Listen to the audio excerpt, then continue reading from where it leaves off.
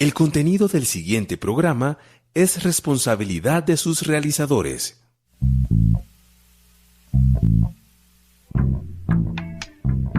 Pasa la voz, programa radial del CEPAS, Centro de Educación para la Paz, la Memoria y los Derechos Humanos, donde convergen distintas voces y experiencias para hablar sobre el papel de la educación y la pedagogía en la construcción de paz.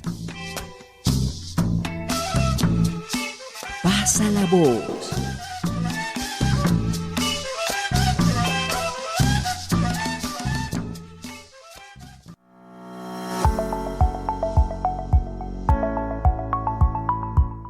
Hola, bienvenidos a Pasa la Voz, el programa del CEPAS, Centro de Educación para la Paz, la Memoria y los Derechos Humanos. Estamos muy contentos de iniciar este nuevo año con una nueva temporada que va a estar orientada a hablar con diferentes personas que tienen que ver con experiencias constructoras de paz, desde el arte y de la cultura. Estamos muy interesados en este semestre también convocar a los egresados de la Universidad Pedagógica que tienen experiencias en diferentes regiones de Colombia para participar en este programa y contar un poco esas experiencias. Estamos muy interesados de hacer este mapeo de experiencias y también con los estudiantes acá en la universidad, donde hay muchas expresiones desde las artes visuales, la música, la escritura, que hacen para construir espacios para la creación, para la resignificación de las memorias, para también generar espacios orientados a la dignidad. Y bueno, es una alegría también poder compartir con ustedes hoy un programa orientado a esto, de las escrituras creativas, de las memorias en la Universidad Pedagógica. Y bueno, es un placer poder contar. También estamos muy contentos porque con el semillero de acá del CEPAS, que ya llevamos un semestre, también se abren nuevos espacios también para la investigación y la creación. Estamos muy interesados de también empezar como una suerte de escrituras creativas mediadas por el arte con personas privadas de la libertad. Es un proyecto que estamos también empezando a desarrollar y bueno, ahí estamos en esta conquista de crear espacios para crear ese amor por el conocimiento. Pienso que estamos en un momento donde se hace muy importante crear esas habilidades en todas las personas, porque una persona que aprende y que está conociendo permanentemente, pues tiene como más formas también de expresarse, de soportar también las cosas difíciles y también de poder encontrarle sentidos a su existencia y darle un sentido a la vida. Creo que el arte sirve también un poco para eso. Bueno, acá estamos entonces con Fernando y Adriana, dos profesores acá en la universidad, para hablar un poco sobre las escrituras. Bueno, bienvenidos. Bueno, Andrés, gracias. buenos días. Adriana, ¿cómo estás? Muy buenos días. Muchas gracias por la invitación. Muy complacida de estar aquí. Sí, venía pensando yo que la escritura es una de las maneras como más primordiales de hacer magia. ¿Ustedes cómo lo ven? Sí, en esencia creo que es como el lenguaje más primario y más difícil por lo mismo, porque es, digamos, la materia prima que tenemos a la mano, ¿no? Y pues eso implica un proceso de escritura, de lectura. En este caso también es digamos, un formato de audio. Y eso es lo que hace la magia, digamos, activar los sentidos, que creo que es el centro un poco de la escritura. Adriana, ¿cómo tú ves la escritura y qué significa para ti? Antes de entrar a hablar de algunas cosas más del proyecto, del concurso de Se lo cuento en 1955 palabras. ¿Cómo ves tú la escritura y el sentido también de hablar de esto en un espacio como la Universidad Pedagógica? Yo creo que desde mi experiencia, la escritura es la forma de concretar las ideas. Muchas veces desde lo oral, desde lo verbal, no alcanzamos a asir las ideas. En nuestro pensamiento revolotean muchas ideas que chocan unas contra otras, que se confunden y tú sabes que tienes allí mucho que decir. Pero desde mi experiencia personal, cuando logro escribirlo, finalmente logro asir lo que quiero decir, quizás de la forma más precisa, más clara y con suerte, con más elocuencia. Pero además yo creo, como dice Rosa Montero en varios de sus textos, como El peligro de estar cuerda o como La ridícula idea de no volver a verte, ella utiliza la escritura como un ejercicio de catarsis, de liberación, en el que de alguna forma uno se va encontrando consigo mismo y va descubriendo sus monstruos, pero también su manera de enfrentar. Sí, me haces acordar de también unas cartas que estaba leyendo de un autor, no recuerdo el nombre, pero sé que es ruso porque estaban un poco en los campos de concentración allá del Gulag y eso, y como que desarrolló una serie de cartas para su familia y cómo ese ejercicio de contar era también como ese espacio donde podía respirar en medio de toda esa cosa tan abominable que fue el genocidio allá de los judíos y fue como un acto también de sobrevivencia y también pues dejó un testimonio muy importante sobre de cómo era vivir ahí, pero también era muy curioso porque no era como un relato casi desde él como víctima, sino era que era hablando un poco de lo que leía y le contaba a la familia un mundo de cosas y se vuelve un texto también de mucha sabiduría en medio de ese contexto de crisis. Ahí lo vengo leyendo, no recuerdo ahorita el nombre, lo podría, pero me ha parecido fantástico y también habla un poco como, porque como él tiene hijos, le habla de la educación, de cómo él se ha formado, como que es una manera de ir contando un poco el legado también y de transmitir intergeneracionalmente pues una sabiduría pues a las personas que vienen también, porque pues, la escritura deja eso que no deja la oralidad a veces. Ahorita con los medios actuales podemos dejar un poco también elementos en otros medios. Y bueno, Fernando, ¿qué te gustaría contarnos un poco para hablar de este proyecto del concurso de 1955 palabras? Se lo cuento, hablemos un poquito de ese contexto y ya seguimos hablando un poco del sentido de la escritura. Claro que sí. Bueno, primero que todo tendríamos que hablar del proyecto de Raíces y Alas, que es un proyecto que ya lleva varios años en la universidad y más específicamente tiene referencia en la biblioteca de la universidad. Este proyecto tiene su historia, digamos, se fue creando a partir de una experiencia de quien coordinaba y dio origen a este proyecto, Nisaufí García, Sandra Rojas, otra profesora también, las dos de la Facultad de Educación. Y esa experiencia que ellas fueron teniendo con sus cursos y demás fue llevando a crear un espacio que le llamamos Círculo de Lectura. El Círculo de Lectura es reivindicar precisamente el acto de leer cada vez en un espacio donde se lee menos, especialmente textos completos de literatura, que pudiéramos sacar unos espacios concretos y de manera grupal, en voz alta, los fuéramos abordando casi hasta terminarlos. Digo casi porque a veces eran novelas completas y otras veces cuentos. Ahorita hemos variado, le hemos incluido poesía, relato corto, microficción, etc. A partir de esa experiencia que se combinó con otras cosas, precisamente con escrituras, vimos que valdría la pena pensar en el marco de los 70 años de la universidad, dar origen a un concurso, promover en este caso la escritura de estudiantes y de egresados. Entonces le dimos vueltas a cuál sería el motivo de este escrito, los límites, las condiciones, las pautas, y vimos que un buen motivo era coger el nacimiento de la universidad. Hay debate en torno a ello, pero digamos que el consenso es que la universidad nace en 1955. De ahí tomamos entonces el leitmotiv y dijimos, ok, 1955 palabras. Equivale más o menos a 2 cuartillas y algo. Es el límite. Y dijimos, creémosle eso un género que no sea una camisa de fuerza o un género que dé mucho, juego a los concursantes y le llamamos crónica literaria. Entonces, de esa manera quedó concurso de crónica literaria, se lo cuento en 1955 palabras. Ese concurso se cierra mañana, precisamente. Todavía está abierto en la página de la universidad, pueden ver, especialmente en Instagram. Ahí aparece concurso, se lo cuento en 1955 palabras, concurso de crónica literaria. Ese es el contexto del concurso. Y bueno, Adriana, ¿qué nos podrías también contar de esa experiencia? También haces parte de este espacio de Raíces y Alas. Sí.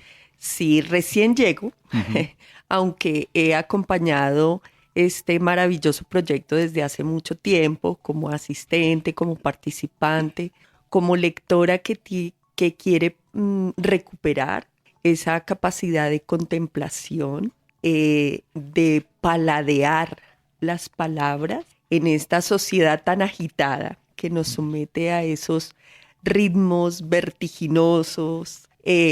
Raíces y Alas es un escenario de goce, de ocio. Recordemos que negocio es la negación del ocio. Y este es un espacio de placer y de goce de la lectura, muy agradable, en el que, como dice Fernando, intentamos reivindicar incluso la capacidad de aburrimiento que se ha perdido, porque es quizás en ese escenario de aburrimiento que las palabras recuperan de alguna manera ese maravilloso mundo que logramos imaginar mientras estamos leyendo. Vamos a iniciar justamente hoy con el Cronopio Mayor, con un saludo muy típico de él, de Julio Cortázar, Buenas Alenas, leyendo Bestiario. Y así como Raíces y Alas es un espacio que intenta recuperar la contemplación, la paciencia, el goce, el ocio, este concurso de crónica también es una apuesta en ese sentido, porque estamos continuamente respondiendo a las demandas quizás de escritura académica, canónica, y la apuesta de estos 70 años de celebración es también recuperar la memoria desde la experiencia que cada quien haya tenido, ¿no? La crónica es un género híbrido que de alguna forma te permite transitar con cierta libertad con las palabras. Y la experiencia personal, la experiencia que yo haya tenido aquí en mi tránsito por la universidad, juega mucho. Y lo puedo hacer desde mi rol de estudiante, de egresado o egresada, desde también los recuerdos que me unen a esta universidad. En mi caso, yo vengo transitando la universidad pedagógica desde que tengo 5 o 6 años, porque mi madre es pensionada de aquí. Así que son muchos los recuerdos que están allí y que uno puede pensarse nuestra peda de diferentes formas, ¿no? Cómo la recordamos, cómo la vivimos, cómo la sentimos a través de personajes históricos como Crisanto en la Biblioteca Central, que ya se convierten en un ícono, ¿no? O desde los mismos ladrillos y estas paredes que te hablan todo el tiempo, el mural de la memoria que está en el edificio P. Bueno, hay tantas formas posibles de estimular el pensamiento y la creatividad para construir una crónica que creo que ofrece unas condiciones generosas para que uno se pueda expresar en ese número de palabras. Quizás un poco más, quizás un poco menos, pero seguro todas las personas tienen algo que contar frente a estos 70 años, así uno tenga 17 o 18 años, porque nos une una historia y una memoria a esta institución. Sí, Adriana, me gusta eso mucho que hablas de la paciencia y del aburrimiento, porque en buena parte cuando uno está en el hábito de la lectura son espacios también muy contemplativos, también muy meditativos, de construir un espacio interior para uno, donde puede uno como salir a volar, como dice un poco de las raíces y las alas, como que es un espacio. Eso es lo que nos hace muy curioso, porque ahorita que estamos trabajando esto de las escrituras como con gente en la cárcel, pues allá se escribe y se lee también mucho. Incluso se puede leer más que en la universidad en algunas veces porque hay mucho tiempo libre para eso. Pero no hay la escucha de quienes leen eso. Entonces lo que estamos buscando es cómo hacer como unas correspondencias, a ver cómo se puede generar un espacio de coescritura entre estudiantes de colegios y universidades. Y bueno, vamos por ahí. Y me gusta mucho lo del aburrimiento porque ahorita hay muchos estímulos que hacen muy difícil, y eso lo he escuchado mucho los estudiantes, la capacidad de concentración, de entrar en algo con profundidad, y a veces eso tiene sus potencialidades muy fuertes en el aprendizaje. Hay que tener porque pues donde uno pone la atención ahí, pues ahí está el aprendizaje, pero la atención es una de las cosas que más se nos roba ahorita el tiempo actual. Entonces esos espacios y me parecen muy importantes. Incluso ahorita hace poco en otro programa que yo tengo, estaba hablando con José Zuleta, que es el escritor, y me decía que pues él tuvo toda su experiencia fue de lectura en voz alta, pues el papá, esa fue la escuela de él, y me decía que así para muchos escritores fue siempre espacios de lectura en voz alta y de gente que se reunía a clubes de lectura. Me habló del Automático, de la Cueva y de muchos espacios acá en Bogotá y en varias partes donde se encontraban escritores y gente interesada en la escritura y en la literatura, y eso fue como los espacios de formación más importantes para ellos. Entonces rescato mucho eso, rescato esa potencia de esos espacios que se están dando para eso. Y me gustaría hablar, Fernando, un poquito más de lo que Adriana hablaba de la crónica literaria, que entendemos o cómo tú la ves, este género que es muy preciso, el llamado al concurso. Y bueno, otra cosa que me hiciste pensar, Adriana, es los concursos. O sea, muchas veces en los concursos se han mostrado también espacios para la emergencia de escritores. En la historia de la literatura ha habido como personas que desde muy joven, recuerdo un poco, bueno, no quisiera nombrar, pero sí he encontrado mucho a veces en la literatura como que en un concurso a los 18 años tal escritora logró una obra culmen de la literatura a partir de la motivación a mover la inteligencia colectiva en la universidad a través de estos espacios. Me parece súper interesante eso, porque pueden salir ahí cosas donde personas que tienen esos talentos no lo habían visto y ahí están para seguirlos impulsando. Mucha gente ha nacido de espacios de concursos. Entonces hablemos un poquito de la crónica, Fernando, y bueno, ¿cómo la entiendes? Y algunos referentes, y sigamos ahí tejiendo con eso. Bueno, Adriana decía algo interesante, y es que la crónica es crónica literaria, es un género híbrido. Es decir, que tiene muchas posibilidades de exploración. Precisamente buscamos una especie de género que nos diera muchas opciones a la hora de escribir y a la hora también de interlocutar, porque la idea es que esto nos lleve a hablar de la universidad. Entonces la crónica, digamos, ronda varias instancias comunicativas. Por un lado, puede ser una crónica más llevada al periodismo, donde documentamos, algunos trabajarán con archivo, otros trabajarán con datos, con una información, digamos, típicamente histórica. Y esa es una manera de pensar la crónica. Recordemos a García Márquez, que siempre tuvo ese debate entre periodismo y literatura. Pasamos, digamos, por ahí en este concurso. Más que definir, es tratar de abrir. Entonces, bueno, el periodismo es una posibilidad, inclinarse hacia allá. Otra posibilidad es la ficción. Nosotros consideramos, en el concurso exponemos allí esa otra alternativa, y es tomar un hecho real que yo lo pueda recrear metafóricamente, o lo pueda recrear a partir de el género fantástico. Esa es otra opción. También uno puede hablar de biografía, autobiografía, y darle a eso, digamos, una serie un poco de tratamiento que consideramos literario. Puede haber cuento. Lo importante para nosotros es que tenga algo de referencia en la universidad.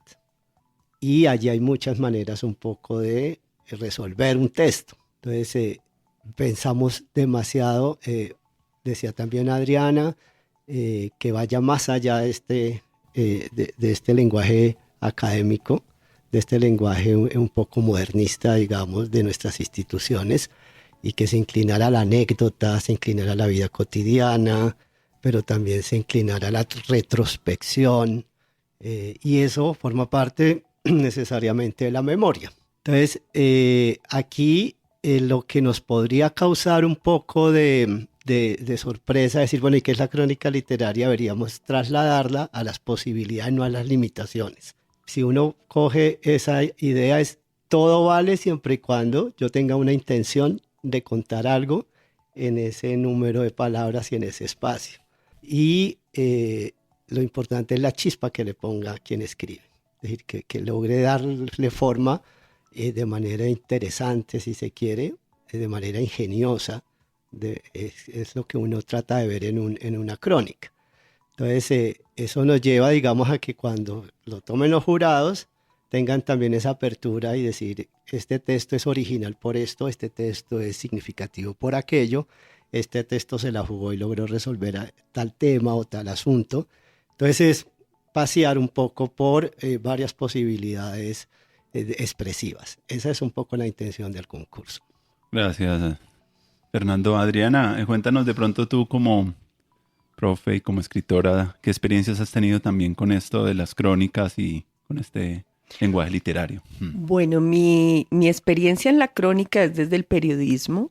Yo soy periodista inicialmente. Trabajé en la Agencia Colombiana de Noticias Colprensa y justamente el primer género que uno empieza a explorar es la crónica y el reportaje, teniendo a grandes maestros como Alberto Salcedo Ramos o Alfredo Molano, que de alguna forma son rutas distintas, pero que recuperan parte de la memoria de un acontecimiento que resulta vital para un país como Colombia. En el caso de Molano, esa crónica de alguna forma nos ayuda a recuperar una memoria que tiene que ver con el conflicto y con la necesidad de no repetir esos ciclos, aunque lastimosamente se sigan repitiendo, pero es su esfuerzo por no dejar de contar el sufrimiento, la tragedia, y procura seguramente activar ese tipo de emociones políticas que nos lleven a sentir también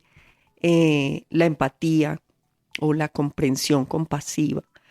Ese tipo de crónica tan necesaria, también pensando en otros tránsitos desde el periodismo como Germán Castro Caicedo o como el mismo Fernando que tenemos aquí, cuyo libro también nos habla de ese momento histórico del Palacio de Justicia, pues se confunde y se mezcla con otros géneros como la novela, como muchos géneros periodísticos, como el mismo cuento, porque en todo caso es contrario a lo que dice Byung-Chul Han, que habla de la muerte de la narrativa o de la narración. Yo creo que es lo contrario. Yo creo que las personas estamos volviendo a la necesidad de la narración, de recuperar las historias que nos atraviesan todas las emociones, porque por mucho tiempo hemos reprimido esas emociones. Pero si lo hablamos desde un maestro como Alberto Salcedo Ramos, pues ahí tenemos a este personaje picaresco, si se quiere, a este ícono Pambelé o el cantante vallenato, o bueno, es también tratando de buscar la identidad de un pueblo, de una nación, quienes han sido símbolos para nosotros, en una ruta también que yo pienso que es política y es buscando como cuál será, respondiendo esa pregunta, cuál es nuestro proyecto de nación, ¿cierto? Y mi ejercicio con la crónica periodística fue justamente tratando de recuperar algunos eventos y algunos personajes, ¿no? Como Nicolás Buenaventura, un maravilloso cuentero, o también pensando en esos bogotanos o esos bogoteños. Recuerdo que trabajé con Camila Lobo Guerrero haciendo crónica de esas personas que llegaban acá a Bogotá, como Francelina Muchavisoy, que hoy es profesora de la Universidad Nacional, pero que cuando llega al Chorro de Quevedo a educar a los niños ingas con sus propias cosmovisiones, ¿sí? Porque ellos tenían que ir a la escuela tradicional y adaptarse a un sistema que les era ajeno. Todas esas personas son muy importantes. Entonces mi experiencia es desde allí, desde la crónica periodística, y cuando llego pues a esta propuesta de Raíces y Alas, pues empezamos a conversar Fernando desde la literatura, también con otras personas que trabajamos, Jaime también, pues que es profesor, Jaime Palacios, que es profesor de aquí y que también ha trabajado la literatura, con la profesora Nilsa, con la profesora Sandra. Entonces se genera esa conversación que enlaza lo literario, lo periodístico, la necesidad también a veces de ficcionar la realidad que nos facilita contar asuntos dolorosos, situaciones que no son fáciles de contar, pero la narrativa nos permite contarlo de alguna forma, ¿sí? Nos da las herramientas literarias o las figuras o el simbolismo que hace posible traducir el dolor, que si yo lo contara de forma abierta y descarnada seguramente sería indecible, ¿no? Inenarrable. Entonces es desde allí, desde donde Parto pues con mi experiencia, pero ya luego tengo que decir que la escritura académica lo atrapa a uno y lo encierra. Lo encierra a uno y ya luego es difícil salir de ahí, porque el canon también te atraviesa de una manera, no sé si violenta, pero sí muy fuerte. Entonces también esta es una invitación, incluso cuando hacíamos la invitación el semestre pasado, yo decía, bueno, hay que argumentar narrando o narrar argumentando, porque la crónica también da esa posibilidad. No solo es la historia por contar la historia, sino yo creo que Raíces y Alas y el concurso son espacios de resistencia, finalmente, de cómo generar rupturas o fracturas en una academia que a veces también puede ser opresora. Sí, Adriana, a mí me haces pensar mucho lo del canon, como tan difícil a veces salirse de los modos de escritura. Lo digo yo también porque lo experimenté hace poco y me hice más consciente. Ahorita pues haciendo el doctorado y explorando otros modos de escritura, como que me he dado cuenta de lo difícil que es salirme de donde estaba. Y una invitación muy curiosa que me hizo el Ministerio de Cultura para escribir algo, pero era a través como de una cosa más narrativa, una carta. Y me di cuenta de que el formato, cuando yo hice la carta, en la carta envuelvo lo sensorial, lo cotidiano, metáforas. Es un texto mucho más rico que puede llegar a más personas y a tocar el corazón de la gente, el alma en su profundidad. Y a veces hay unos lenguajes que también son muy ricos, pero como que son más lógicos y estructurados. Y me pareció que me di cuenta en ese momento de cómo el canon de uno, de la escritura académica, puede convertírsele como en una cosa, en un corsé, mordaza, ¿cierto? En una mordaza sí. cuando uno quiere abrirse a escribir de otras Así. maneras. Y yo, ¿cómo cuánto nos estamos perdiendo? Y también lo he visto mucho con estudiantes acá en la universidad cuando les dificulta lo académico, cuando uno va a otro género, a veces como fluyen también en otros lenguajes y en otras maneras que no son como tan hegemónicas dentro de la universidad. Entonces eso me lo haces pensar, porque ya cuando de tanto practicar uno cierta ensayística, como que se va uno quedando con él. Pero qué interesante poderse mover como con mayor apertura. Fernando, me gustaría comentarte, me gustaría preguntarte también a ti las experiencias tuyas con la crónica. Acá estamos con Adriana Chaconi, el profesor y escritor Fernando González. Fernando, entonces, ahorita veníamos hablando de estas experiencias tuyas con la crónica y nos gustaría también que nos dieras un poco de tus trabajos literarios, un poco cómo se han inspirado también en este género del que estamos hablando hoy. Bueno, Andrés, yo ante todo soy un pedagogo, creo yo, y es como el origen, digamos, de todo esto. Cuando yo me lanzo a ya publicar, no a escribir, sino a publicar, que son momentos diferentes, donde uno ya decide compartir con un público más amplio, que ni siquiera lo va a conocer a uno personalmente, pero que va a leer los libros. Yo aquí ya vengo explorando un montón de cosas. Entonces, yo de dónde aprendo, digamos, dónde es la materia prima. Yo soy también un defensor de derechos humanos. Trabajé en regiones muchísimo tiempo, en territorios, con víctimas, campesinos, especialmente campesinos, algo indígenas y comunidades negras mucho más adelante, digo, metido, digamos, en las comunidades. Y entonces siempre me apasionó el lenguaje comunitario, el lenguaje de los territorios. Entonces, talleres con chicos, talleres con niños, con jóvenes, con mujeres víctimas de la violencia. Y lo que siempre me inquietó es cómo se narra. Cómo narra la gente oralmente y traté de estudiar mucho eso, sobre todo el lenguaje popular me interesaba mucho. Cuando íbamos a las escuelas ya en el ámbito urbano, por ejemplo, me inquietaba cómo hablaban los jóvenes y cómo la institución tenía otro discurso de lo que venimos hablando al margen, que nada tenía que ver con esa otra habla cotidiana, y con niños también.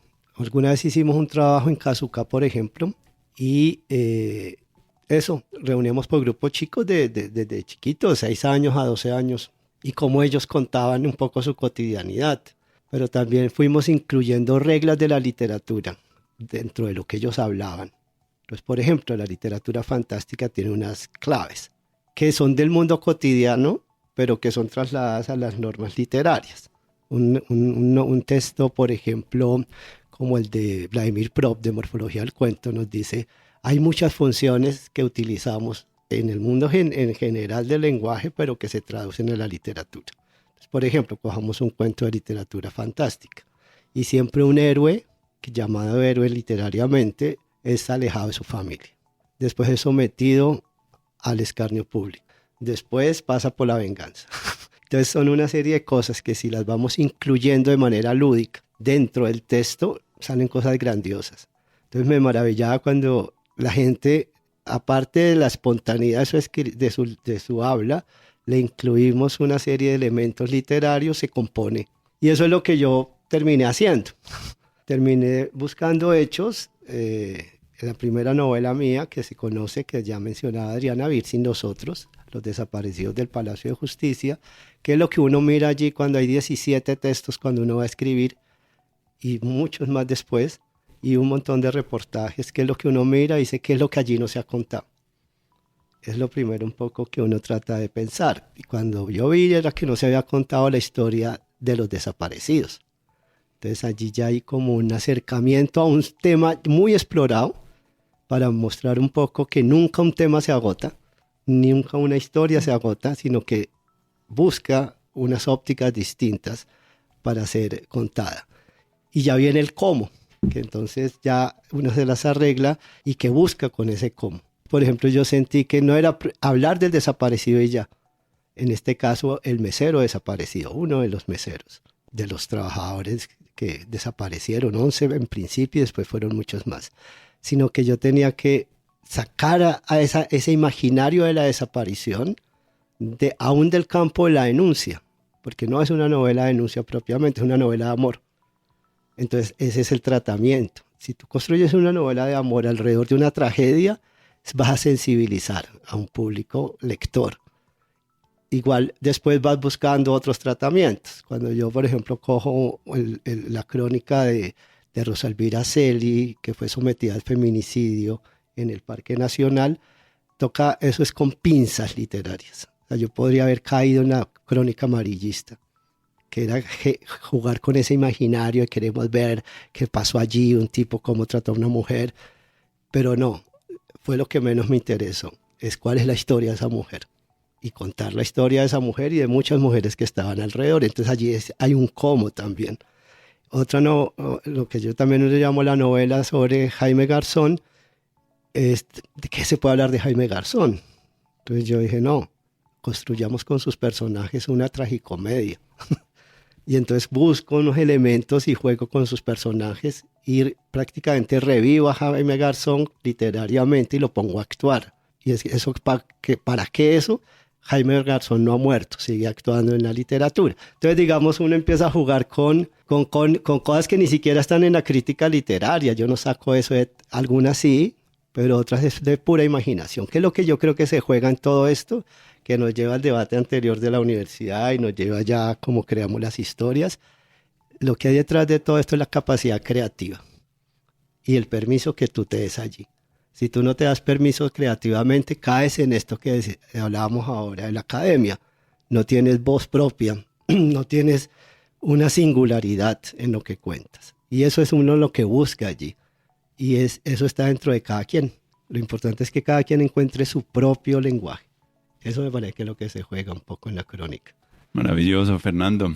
Muy interesante eso que planteas de el cómo es lo que hace que una obra también de arte sea ahí donde se la juega la política del arte, no tanto en el contenido ni en el mensaje, sino porque, por ejemplo, muchos temas han sido muy manidos dentro de la historia, por ejemplo, del cine, pero a veces se llega a una película que aborda lo mismo desde una cosa que no habíamos mirado o sentido de esa misma realidad, sino nos da otra imagen distinta de la realidad y de nosotros mismos. Entonces se vuelve una fuente inagotable de cosas históricas, pero en el cómo para mí está la artesanía del artista, del creador, porque pone ahí un elemento que nadie se había atrevido a mirar, por ejemplo, sobre la historia de una crónica que yo leí de un asesino en serie, de un escritor francés. Me pareció increíble porque recoge mucho los testimonios y los juicios, pero ya ver después cómo lo plantea y cómo llega uno a hacer el entramado literario, ahí es donde se la juega el creador. Entonces me parece muy chévere esto de la realidad y ficción, porque a veces uno con la ficción puede tocar más la realidad que con la misma realidad cruda, y me gustaría, Adriana, seguir hablando un poco de este territorio tan hermoso entre la ficción y la realidad.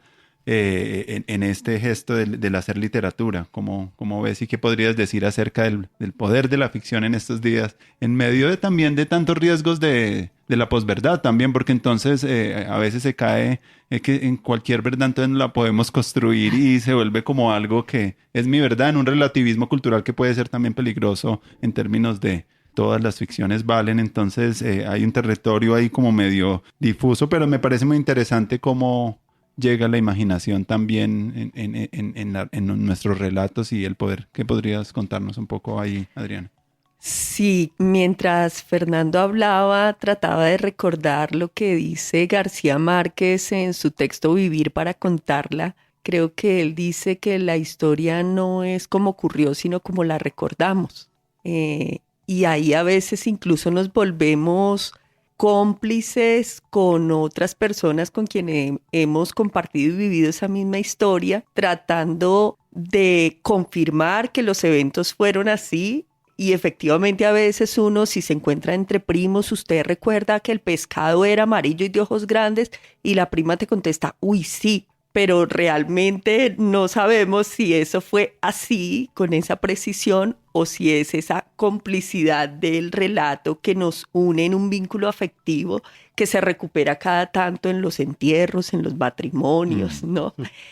Claro, la frontera, como tú dices, Andrés, es muy difusa, pero yo creo que también tiene que ver con la intención comunicativa. O sea, las intenciones comunicativas cuentan, y hay unas intenciones que pueden pasar por lo malintencionado, valga la redundancia, porque tienen lo ideológico y están procurando una reacción entre el público. Pero en realidad, como dice Fernando, la posibilidad de contar desde otra orilla, desde otro ángulo, otra versión, desde una voz que no ha surgido, ¿no? Recordemos que los cronistas españoles hablaron de la conquista, pero nunca logramos saber la crónica del indígena, del ama de casa, de la campesina, ¿no? De la persona que estaba esclavizada. Esas crónicas vinieron muy pocas a recuperarse después, o quizás a recordarse de la voz de Manuel Zapata Olivella en el Gran Putas, ¿no?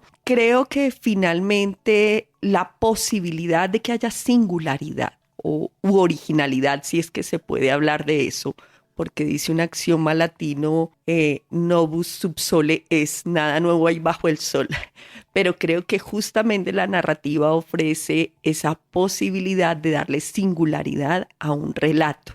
Y se me viene a la cabeza, por ejemplo, hoy que estamos de Julio Cortázar, y sé que él no es cronista, pero hay una persona que es muy cercana a su materia prima, digamos, que es Leila Guerreiro, que hace crónica, que es periodista, y que coge las cosas más sencillas, más elementales, y las convierte en una historia.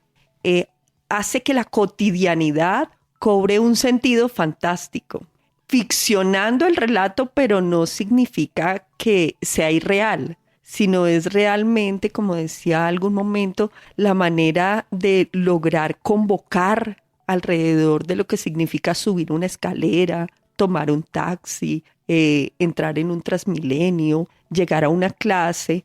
¿Cómo convierto eso en un evento singular y particular valiéndome de esas herramientas literarias?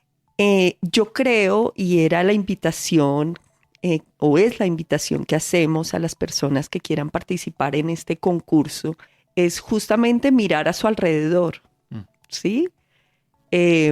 Porque muy probablemente es en la cotidianidad donde podemos encontrar grandes relatos con enorme potencia narrativa. No hay que mirar tan lejos, no hay que tratar de apoyarse en un lenguaje rimbombante o etéreo, ¿no? O tratar de figurar de una forma muy artificial. Yo creo que está en lo genuino, en lo realmente auténtico, que pasa justamente por la sencillez, por lo simple, no queriendo decir que escribirlo sea fácil. Ese es el gran reto. Cuando el relato le llega a las lectoras y a los lectores de forma que es digerible, que se disfruta, pues ese es el gran reto. Alguna vez escuchaba, haciendo la analogía con las bailarinas de ballet, lo hacen ver que es tan sencillo, pareciera que es fácil, pero detrás de eso hay un esfuerzo. Pero el talento está justamente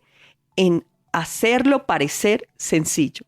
Yo diría que para el caso de la crónica y de la escritura creativa es que el lenguaje llegue de manera sencilla, clara, natural, ¿sí? Pero claro, el esfuerzo que hay detrás de eso es enorme. El esfuerzo que hace el escritor o la escritora porque eso sea digerible, ¿sí? Significa mucho tiempo de haber estado masticando la idea, garrapateando, como digo yo, ahí frente a esa pantalla una y otra vez. Yo creo que esto también nos ayuda a entender esto que decimos siempre y que se ha vuelto una frase de cajón, pero que no terminamos de entender hasta que no lo vivimos, y es que la escritura es un proceso largo, y las ideas vienen en los lugares menos inesperados, menos esperados. A veces yo digo, la idea no te llega justo cuando te sientas frente a la pantalla a decir voy a escribir, sino de pronto de forma espontánea tú vienes en el Transmilenio y viste algo y eso te hizo pensar, es por ahí, ese es el giro que le quiero dar, o lo que me comí hoy, o lo que escuché en la radio. Hay que estar atentas, hay que estar alerta porque el entorno y la realidad te da unas señales, y cuando tú estás de alguna forma pensándote el texto, todo te suena a que puede ir en el texto, ¿no? Que tú puedes irlo enriqueciendo desde allí. Hay estudiantes que me preguntaban que si su historia era importante, y yo creo que todas las historias personales son importantes. Depende de la resonancia social, cultural que tú le quieras dar. Y si quieres dar otras resonancias políticas, pedagógicas, eres tú quien te piensa qué resonancia le quieres dar. Me hiciste pensar mucho esa relación con lo cotidiano, y yo no sé por qué me vino en la mente un hombre que leyó mucho la cultura popular, que fue un escritor y periodista, Tite Curé, que pues muchas de la música de la salsa que suena y resuena es obra de ese hombre.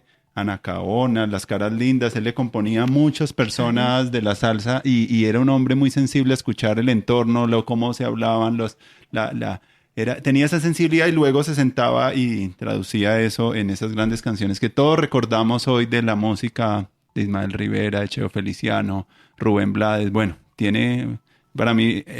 Rubén Blades es un cronista. Entonces mucho ahí en la salsa. Uh-huh. Y Tite Curé es uno de los que dejó ese recuerdo en alto, pero he estado como escuchando algunas entrevistas de él porque me parece un personaje bien curioso, periodista, muy, muy, muy ligado también a escuchar.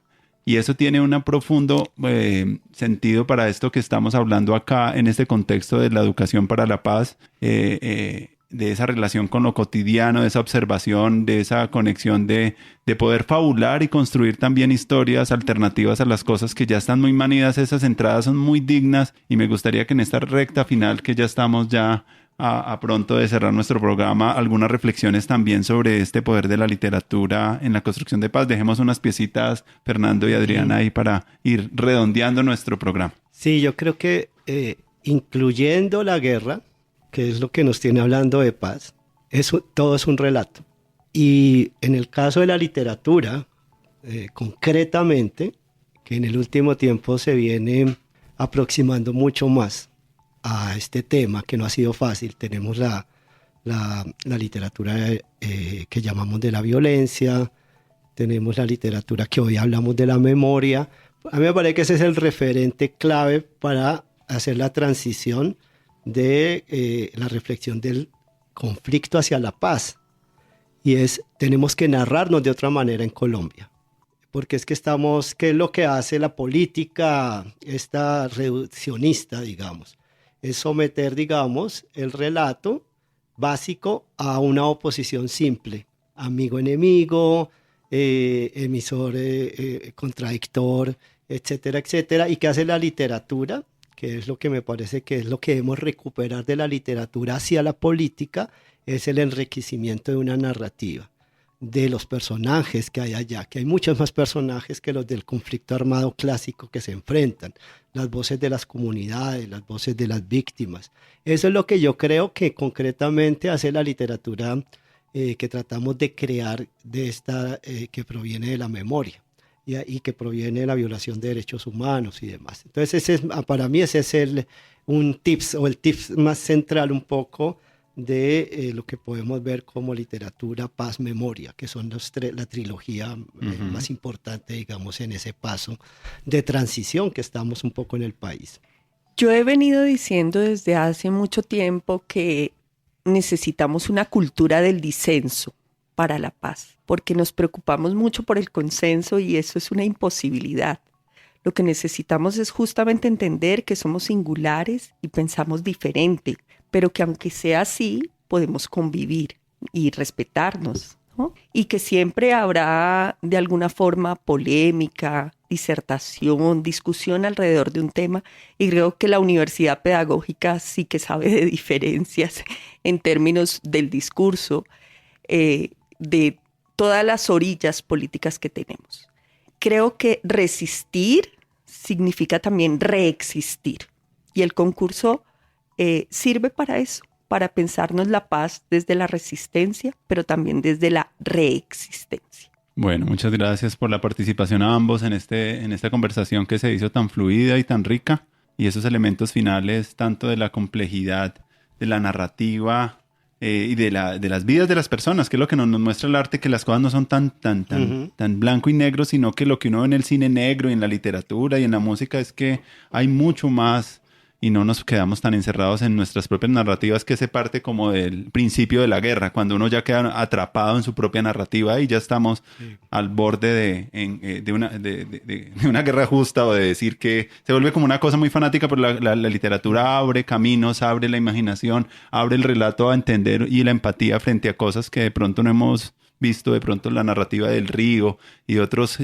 seres que no hemos narrado también. Entonces muy chévere que pone como a hablar a la vida en su complejidad, y también lo de la capacidad de abordar el conflicto y la complejidad de nuestras vidas, que no es un tema fácil, pero que para eso está el arte, también para ayudarnos a navegar eso con mayor elegancia y profundidad. Así que les agradezco mucho a ambos por las pistas que nos han dado, y también pues agradeciendo a los que hacen posible este programa de radio, a la Pedagógica Radio, a Mario, que está acá siempre en el Control Master, atento. Y bueno, estaremos acá en esta temporada muy interesados en hablar sobre experiencias desde la cultura y desde las artes para la construcción de paz en Paz a la Voz. Así que nos vemos en la próxima emisión.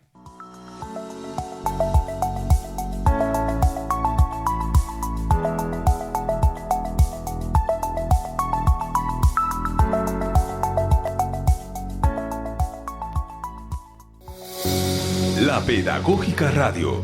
10 años tejiendo voces, construyendo saberes.